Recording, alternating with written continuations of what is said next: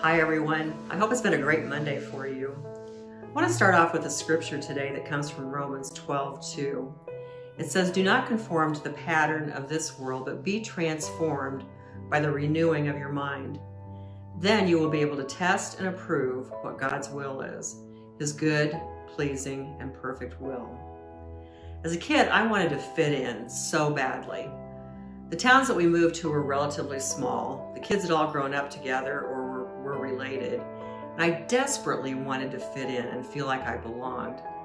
I didn't do anything drastic, but I would try really hard to be one of them, to be accepted as a friend, and just be one of the gang. Some places were easier than others, and I'd find a group I could fit in with, have fun with at recess, and so on. But other places proved to be much harder to break through those barriers of familiarity. My dad would often tell me to be myself, be a trendsetter, and others would follow. I could never summon the courage to make that attempt, and honestly, I didn't even believe it would really work. The last move we made was between my sophomore and junior year.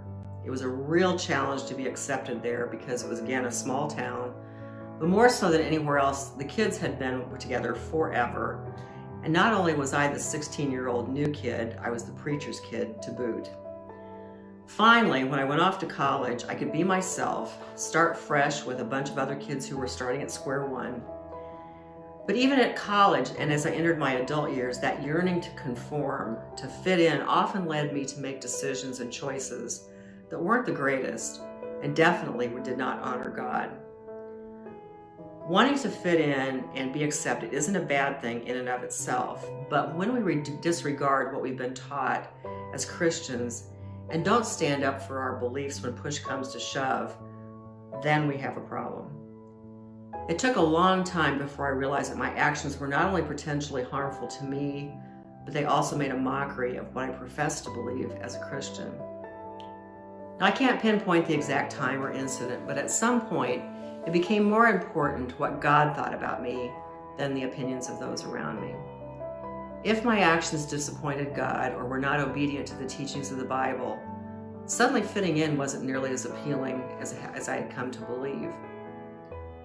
As I read and dug into Scripture more, participated in Bible studies, and really paid attention to the teachings on Sunday morning, I came to realize that I had put much more value on conforming to the world's ways than understanding and following God's truths.